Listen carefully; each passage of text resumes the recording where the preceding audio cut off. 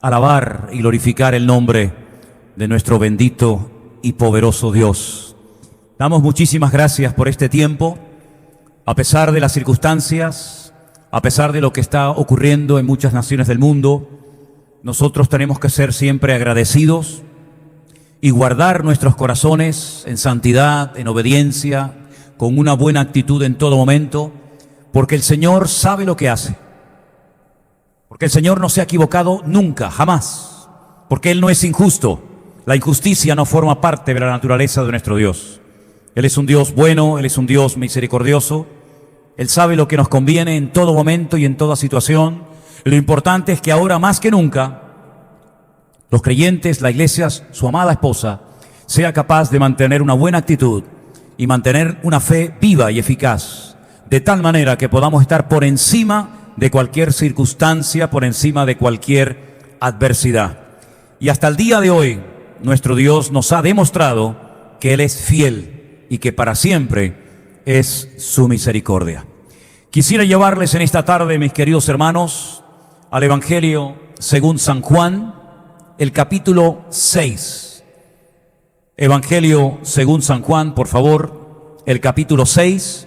Voy a estar leyendo a partir del versículo 1. Hay una actitud que es fundamental mantener siempre en nuestra vida, y es una actitud que abre puertas. Es una actitud que demuestra nuestro nivel de madurez, y es una actitud que es básica y fundamental para poder vivir una vida cristiana victoriosa. Vamos a arrancar la lectura a partir del versículo 1, Evangelio según San Juan, capítulo 6. Después de esto, Jesús fue al otro lado del mar de Galilea, el de Tiberias, y le seguía una gran multitud, porque veían las señales que hacía con los enfermos. Versículo 3. Entonces subió Jesús a un monte y se sentó allí con sus discípulos. Y estaba cerca la Pascua, la fiesta de los judíos. Cuando alzó Jesús los ojos y vio que había venido a él gran multitud, dijo a Felipe: ¿de dónde compraremos pan para que coman estos? Pero esto decía para probarle. Quédense con esa palabra. Esta pregunta se la hizo el Señor a Felipe para probarlo, porque él sabía lo que había de hacer. Aleluya. Felipe le respondió: 200 denarios de pan no bastarían para que cada uno de ellos tomase un poco. Uno de sus discípulos, Andrés, hermano de Simón Pedro, le dijo: aquí está un muchacho que tiene 5 panes de cebada y 2 pececillos. Mas, ¿qué es esto para tantos? Entonces Jesús dijo: haced recostar a la gente. Y había mucha hierba en aquel lugar, y se recostaron como un número de unos 5,000 varones. Y tomó Jesús aquellos panes, y habiendo dado gracias, los partió entre los discípulos, y los discípulos entre los que estaban recostados, asimismo de los peces cuanto querían. Y cuando se hubieron saciado, le dijo a sus discípulos: recoged los pedazos que sobraron, para que no se pierda nada. Y recogieron pues y llenaron 12 cestas de pedazos, que los 5 panes de cebada sobraron de lo que habían comido. Aquellos hombres entonces, viendo la señal que Jesús había hecho, le dijeron: verdaderamente Él es el profeta que había de venir al mundo. Y nos paramos aquí. Yo quiero que en esta tarde nos demos cuenta de que, aunque Felipe estaba sacando cuentas, y se dio pronto cuenta de que ni con 200 denarios sería capaz de solucionar aquel problema. Y aunque Andrés, el hermano de Simón Pedro, encontró a un jovencillo con unos cuantos panes y unos cuantos peces, la situación era realmente una situación de desesperación total y absoluta. Porque ya la gente había escuchado mucho la enseñanza del maestro. Porque ya la gente estaba cansada y hambrienta, y era la hora de hacer algo diferente. Había llegado el momento de demostrarle a la gente que no solamente con la palabra podían estar, digamos, ocupados y bien entretenidos, sino que el Señor iba a hacer algo nuevo en medio de la necesidad. Escuchen bien, en medio de la escasez material, en medio de una situación que llevaba, humanamente hablando, a la desesperación, el Señor estaba a punto de hacer algo nuevo. Y nuestro Señor Jesucristo todavía tiene todo el poder y toda la autoridad arriba en el cielo y aquí en la tierra y aún debajo de la tierra para seguir sorprendiendo y haciendo cosas grandes, maravillosas a su pueblo. El poder de Dios no ha menguado. ¿Quién ha creído a nuestro anuncio?, decía el profeta Isaías. ¿Y sobre quién se ha manifestado el brazo del eterno Dios? Estamos viviendo en una situación confusa, en una situación que produce pánico y temor a las naciones, donde ya hay miles de muertos por todas partes de la tierra. Pero en medio de este caos, en medio de este vacío de orden y de autoridad, nuestro Dios tiene la última palabra. Y Él, en medio de una situación desesperada, en medio de una situación de confusión, de hambre, de preocupación, de nerviosismo, etcétera, Él puede todavía actuar y sorprendernos de una forma tremenda. Y esa es la actitud que nosotros tenemos que tener, una actitud de confianza plena y absoluta en nuestro Dios. Pero noten algo muy importante: el Señor Jesucristo no se queja, el Señor Jesucristo no desecha lo poco. El Señor Jesucristo, en medio de la desesperación de Felipe, de Andrés y seguramente de todos los discípulos, Él toma aquello que era tan pequeño, tan insignificante, que no servía humanamente para nada, y da gracias y bendice lo poco, y automáticamente se produce un milagro realmente espectacular. Con lo poco, pero con la bendición del Señor, no solamente comieron y se saciaron, sino que, como hemos leído en esta tarde, recogieron 12 cestas llenas de pedazos de pan y de peces que habían sobrado. No se podía desperdiciar nada de la bendición. Había que recoger absolutamente todo, porque todo lo que Dios nos da y hace es bueno, y Él no quiere que nada caiga a tierra. Ahora fíjense de algo muy interesante. En esta semana, por las mañanas, en los devocionales que estoy compartiendo con ustedes, he sentido en mi corazón hablar durante esta semana, hasta mañana que terminamos, digamos, esta miniserie, sobre las apariciones del Señor Jesucristo a sus discípulos y a otras personas. El día lunes vimos cómo los discípulos estaban en una habitación muertos de miedo, asustados, preocupados por su futuro. Ellos seguramente estaban comentando el uno al otro que en cualquier momento vendrían a por ellos y también los terminarían crucificando, como al maestro lo habían crucificado. Estaban con miedo, dice la Escritura. Y el miedo paraliza. El miedo fue la primera sensación, digamos, negativa, consecuencia del pecado que sintió Adán en el jardín del Edén. Dios busca al hombre, siempre lo ha buscado. Dios, buscando al hombre, lo llama por su nombre propio: Adán, Adán, ¿dónde estás? Y Adán se oculta. Adán teme. Adán rehuye de la voz de Dios, y cuando el Señor lo confronta, le dice: Adán, Adán, ¿dónde estás? Y Adán le dice: bueno, es que me escondí porque oí tu voz y tuve miedo. El miedo, una sensación nueva para Adán.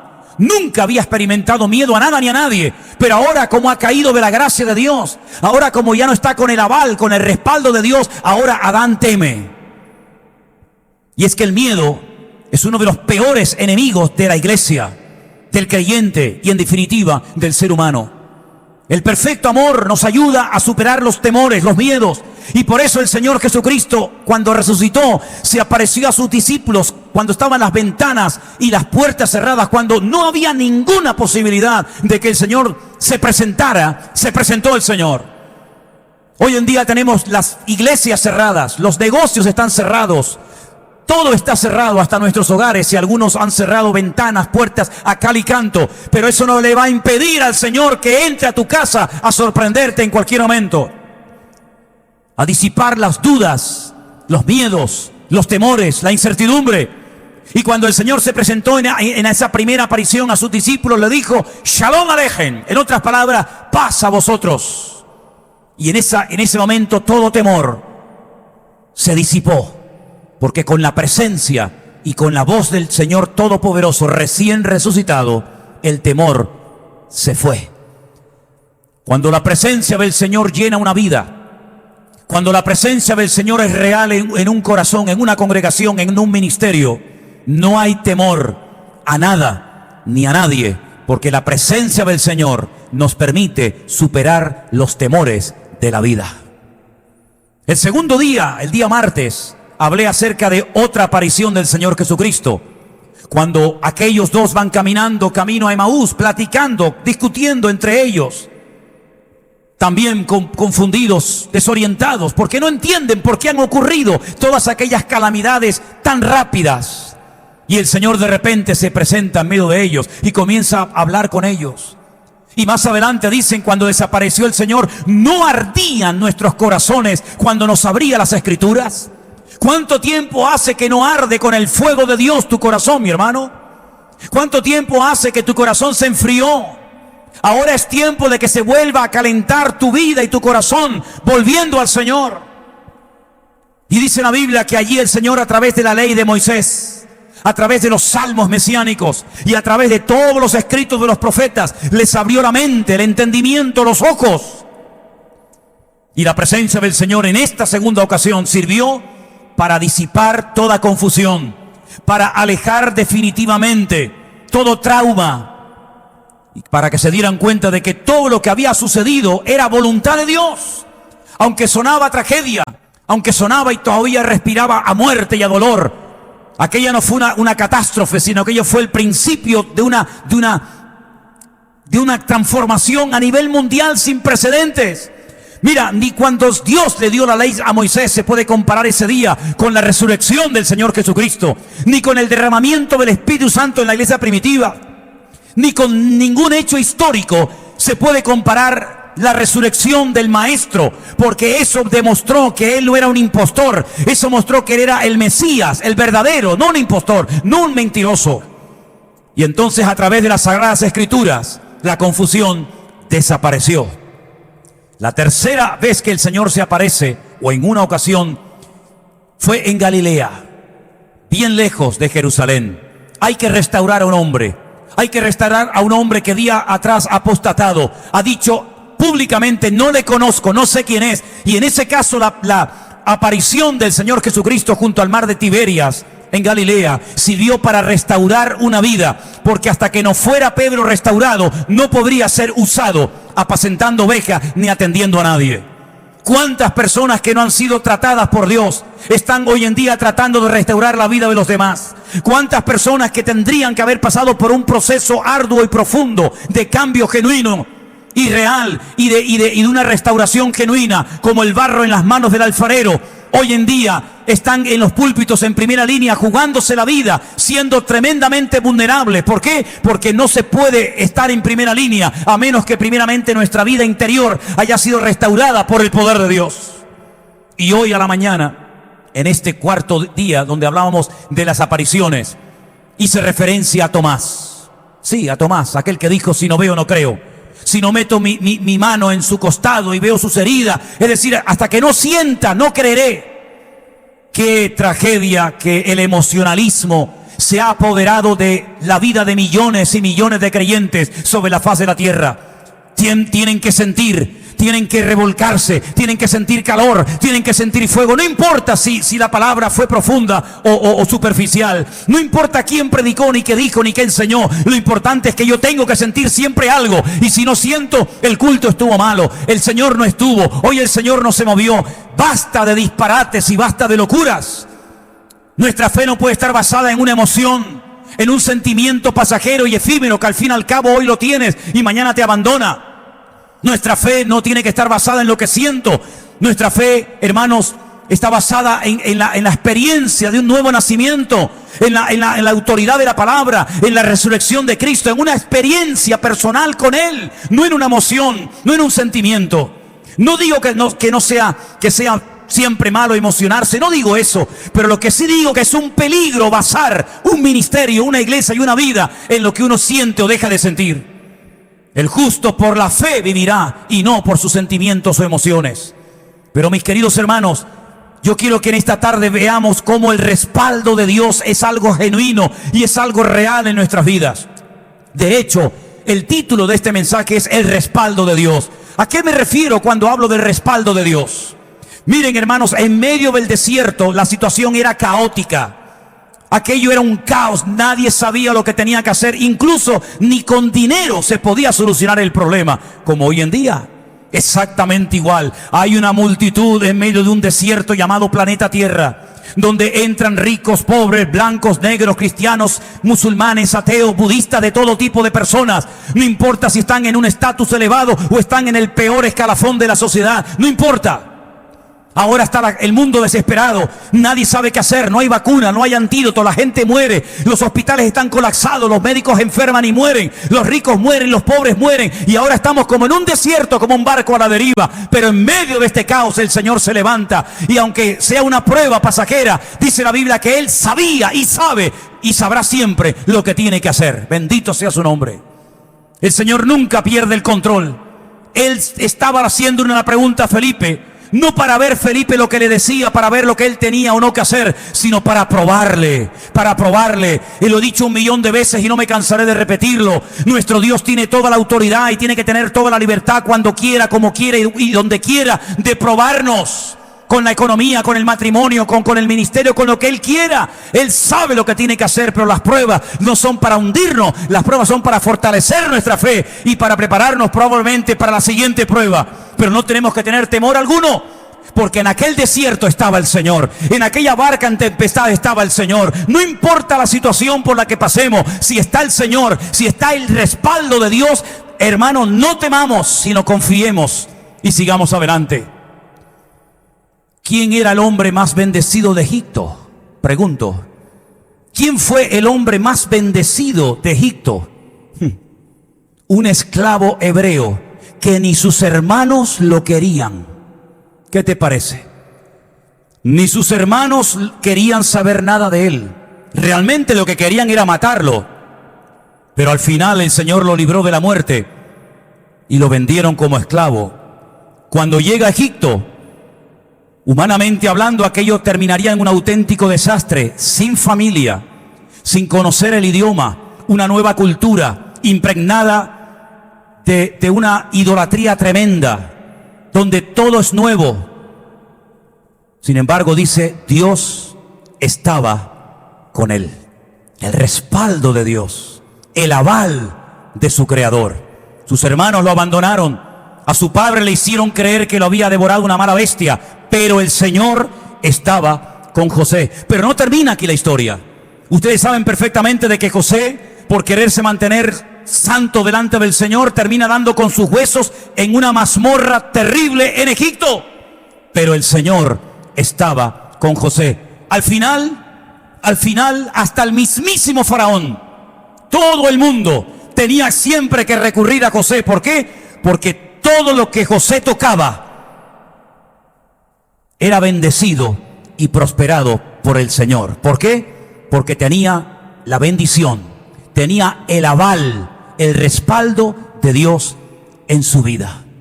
¿Saben, mis queridos hermanos? Este teléfono móvil que tengo en mi mano mide 15 centímetros de alto y 8 centímetros de ancho. Menos que un pan.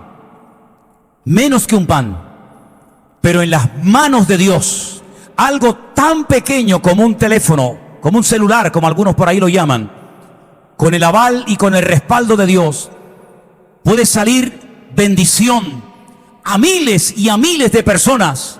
Y así como aquellos pocos panes y peces con la bendición de Dios, con la oración del Señor, pudieron saciar el hambre de miles y de miles de personas, algo tan pequeño se puede utilizar en cualquier momento y en cualquier lugar para poder llevar bendición, para poder llevar ánimo, para poder llevar aliento a miles de personas en muchas naciones sobre la faz de la tierra. Y eso es debido al aval, al respaldo y a la bendición de Dios. Mis queridos hermanos, ¿cómo mató David a Goliat?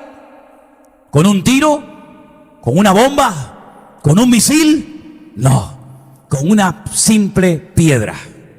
Con una piedra que la cogió del arroyo. Pero él tenía el aval él tenía el respaldo, él tenía en su vida la bendición de Dios. Y Dios lo respaldó. Y porque tiró una piedra, pero podía haber usado cualquier cosa, porque el aval de Dios, el respaldo del Señor estaba con él. Y él obtuvo una bendición contundente. Y todo Israel supo que el Dios de Israel era el Dios de David.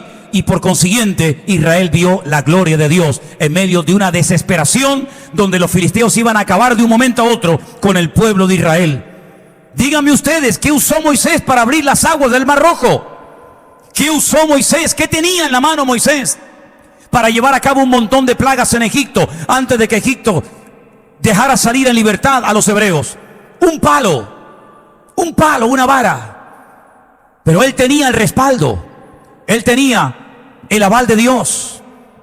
Y eso es lo que tenemos que preguntarnos, queridos hermanos, en este momento.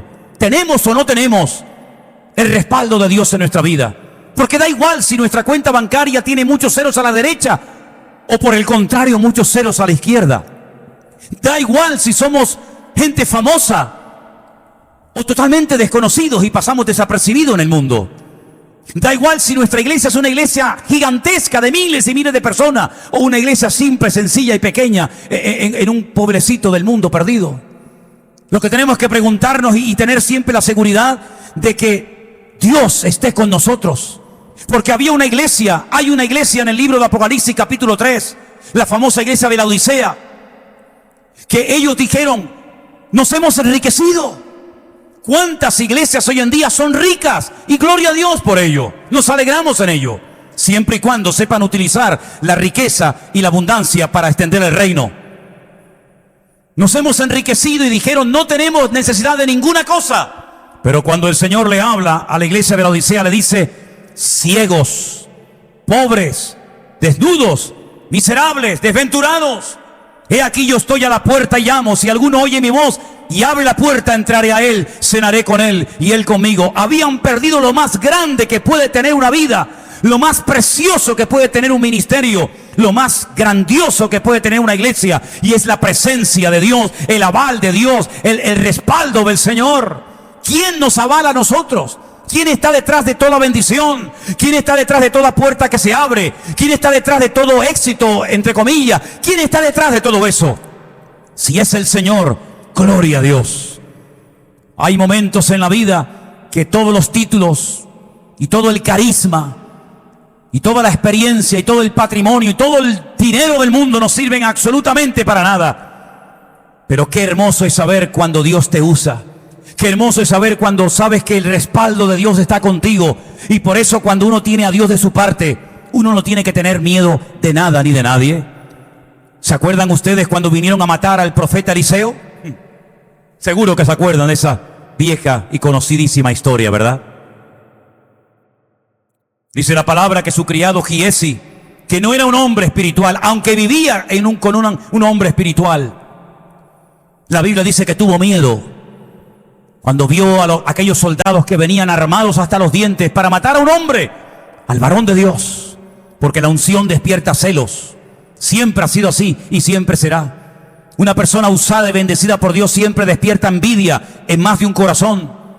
Y Eliseo era una persona envidiada, porque la Biblia nos enseña que era un hombre respaldado con el aval y con la bendición de Dios. Y el enemigo vino a destruirlo, el enemigo vino a matarlo.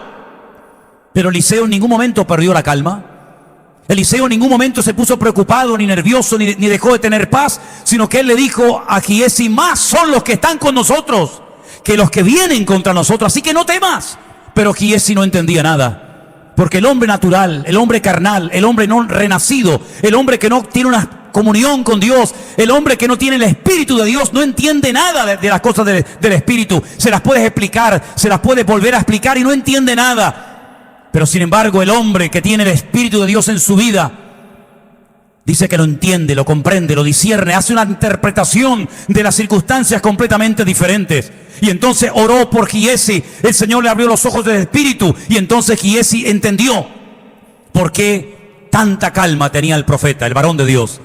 ¿Por qué no temía? ¿Por qué no estaba asustado? ¿Por qué no estaba confundido? ¿Por qué no salió corriendo? Porque él sabía que él tenía el aval de Dios. Aunque vinieran miles contra él, él sabía que el que estaba con él era mayor que el que venía contra él. Y amados hermanos, ¿no hemos leído millones de veces en la palabra de Dios que mayor es el que está en nosotros que el que viene contra nosotros? ¿No hemos leído muchas veces y memorizado nuestra vida y compartido este texto que por un camino vendrán y por 7 huirán? Que no hay arma forjada que tenga éxito contra el pueblo de Dios, mientras el pueblo de Dios ande en santidad y en bendición de Dios. Por lo tanto, amados hermanos, si esto es una prueba, si esto es un periodo que Dios está utilizando para tratar con nuestras vidas, no tengamos ningún temor. No le demos lugar al miedo. No hablemos negativamente en nuestra casa y muchísimo menos delante de nuestros hijos. Confiemos de que el Señor tiene un plan. Confiemos de que Dios está tratando con nuestros corazones. Creamos que el Señor tiene toda la autoridad y todo el poder arriba en el cielo y en la tierra y en todo lugar para decir basta, para probarnos, para examinarnos cuando Él quiera y como Él quiera. No tengamos ningún temor en ningún momento, ni de día ni de noche, porque el Señor está con nosotros. No importa si tenemos pocos panes y pocos peces o no tenemos nada. Yo les recuerdo a ustedes qué tenía en medio del desierto el profeta Elías. Ni siquiera tenía pan, ni siquiera tenía peces, no tenía nada, pero tenía el respaldo de Dios, tenía la bendición de Dios. Y todas las mañanas y todas las tardes venían cuervos y le traían pan y le traían carne para alimentar, para sustentar en el desierto la vida del varón de Dios. Joven fui, dice el salmista, y he envejecido, pero nunca he visto un justo desamparado, ni su descendencia que mendigue pan. Estamos viviendo en unos tiempos donde tenemos que poner en práctica más que nunca nuestra fe. Y si creemos a Dios, si somos capaces de adaptarnos y de estar agradecidos en todo momento, en este periodo que nadie sabe cuánto tiempo va a durar, me da igual si dura una semana, 2 meses o un año, va a durar lo que Dios quiera que dure. Ni un minuto más, ni un minuto menos. Estamos orando, estamos confiando en el Señor y Él sabrá cuando diga ya ha llegado el momento. Pero mientras tanto no perdamos la calma. No se enfríe tu corazón. Sigue poniendo tu mirada y tu confianza en el Señor. Él es nuestro pastor y dice que nada nos faltará. La Biblia dice que Él cuidará de nosotros de día y de noche, constante y permanentemente. Y por eso, mis queridos hermanos, yo les recuerdo en esta noche, en este momento que me están viendo y escuchando, el Señor es nuestro aval. El Señor está con nosotros. La fe que el Señor nos ha dado es una fe que rompe murallas y fortalezas. Nosotros no somos cualquier tipo de personas. Nosotros tenemos un dueño. Él es nuestro propietario. Él es el que gobierna y controla nuestra vida y nuestra existencia. Y si nos sometemos a Él, si nos humillamos delante de Él, Él nos exaltará cuando fuere tiempo. Por eso cuando uno sabe que tiene el respaldo y la bendición de Dios, no tienes que mirar a ninguna parte, ni imitar absolutamente a nadie, ni ir a ninguna parte buscando nuevos métodos o sistemas, o como yo le llamo, la varita mágica, para importarla y llevarla a mi iglesia y hacer y decir todo exactamente igual como vistes en otro lugar, en otra congregación o en otro país o ministerio para obtener resultados. No, mi hermano. Lo que tenemos que asegurarnos de que el aval de Dios, el respaldo de Dios esté con nosotros, y con eso nos sobra todo lo demás. No importa el número de personas que tengas, no importa si eres famoso o totalmente desconocido, da igual. Lo importante es que tú puedas decir: Dios está conmigo, y si Dios está conmigo, ¿quién contra mí? Aleluya. Quisiéramos en esta tarde orar y pedirle a nuestro Dios que en este tiempo en el que sin lugar a dudas Él nos está probando y demostrando al mismo tiempo, porque si se dan cuenta, y quiero hacer esta pequeña reflexión antes de concluir esta noche, nos está probando, pero al mismo tiempo en medio de la prueba nos demuestra cada día su fidelidad y su respaldo hacia nosotros. ¿Qué les parece, hermanos? Por lo tanto, no nos quejemos. Pocos panes y pocos peces, pero con la bendición de Dios y con una actitud de agradecimiento, no solamente van a llegar y cubrir la necesidad, sino incluso va a sobrar para la honra y para la gloria del Señor. Agárrense a la palabra, no miren a derecha ni izquierda, Dejen de prestar tanta atención a las noticias de televisión. A veces las noticias de televisión vienen envenenadas para debilitar la fe de los débiles. Esas personas que la Biblia los llama estrellas errantes, árboles otoñales. Vamos a prestar más atención a las noticias de Dios en su palabra y menos atención a las noticias que nos dan cada día por televisión, que es una saturación terrible, un bombardeo constante y permanente de noticias negativas, la inmensa mayoría de ellas. Basta ya de prestar tanta atención a lo que dice el hombre y prestemos más atención a lo que dice nuestro Dios. Oramos. Padre Celestial, te doy muchas gracias en esta tarde por este privilegio que nos das de poder estar conectados a pesar de la distancia y de las limitaciones. Gracias porque estamos en un mismo sentir y hay muchos que estamos creyéndote y estamos esperando en tu gracia, estamos esperando que tu bendición se manifieste cada día en nuestra vida. Y así como a tu siervo David cada día le llegaba lo que necesitaba, nosotros te pedimos, Señor, que cada día llegue lo que necesita tu amada iglesia. Gracias por tenerte en este momento de la historia con nosotros. ¿Qué hubiera sido de nosotros si en este momento no te hubiéramos conocido a ti? Seguramente la duda, la desesperación, la amargura, o sabe Dios cuánta cosa rara podíamos haber pensado o hecho. Pero gracias porque tú hoy estás con nosotros y tu bendición y tu aval lo sentimos más cerca de nosotros que nunca, porque tú en este tiempo nos has sorprendido más de lo que nos podíamos imaginar. A ti la gloria y la honra en el precioso nombre de Cristo Jesús. Amén y amén. Y antes de despedir este culto, quiero una vez más darle gracias a todos ustedes por las llamadas, por los mensajes, por el apoyo que nos están brindando.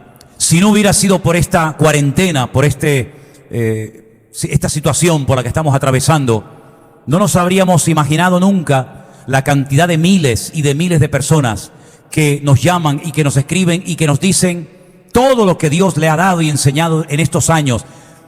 Y es increíble ver, pienso ahora mismo en esa pareja de Jacksonville en Estados Unidos, hermano Wilfredo, su esposa Leticia, que me dicen que llevan más de 6 años viendo cada semana los cultos. Y tantos de ustedes que sería totalmente imposible enumerarlos a todos. Gracias, hermanos. Sigamos unidos en el Espíritu, orando, formando parte de este remanente que Dios está levantando y formando parte de esta red que el Señor viene tejiendo hace mucho tiempo. Que el Señor les bendiga. Mañana, día viernes, nuevamente estaré compartiendo el devocional y estaré hablando de otra aparición muy importante de nuestro Señor Jesucristo. Que Dios les bendiga y vamos a cantar una alabanza en esta noche, por favor. Y los que están en su casa, si la conocen, júntense con nosotros y le damos muchas gracias al Señor por esta tarde gloriosa y preciosa que hemos podido pasar con todos ustedes. Y le hago caso a esa hermana que el otro día me decía: pastor, usted despreocupe si la iglesia está vacía, si no hay nadie sentado en las bancas, en las sillas de la iglesia. Detrás hay miles y miles de nosotros que estamos escuchando la palabra. Así que el Señor les bendiga a todos. Gracias por vuestro apoyo y que el Señor nos mantenga unidos en un mismo sentir. Dios les bendiga, de verdad.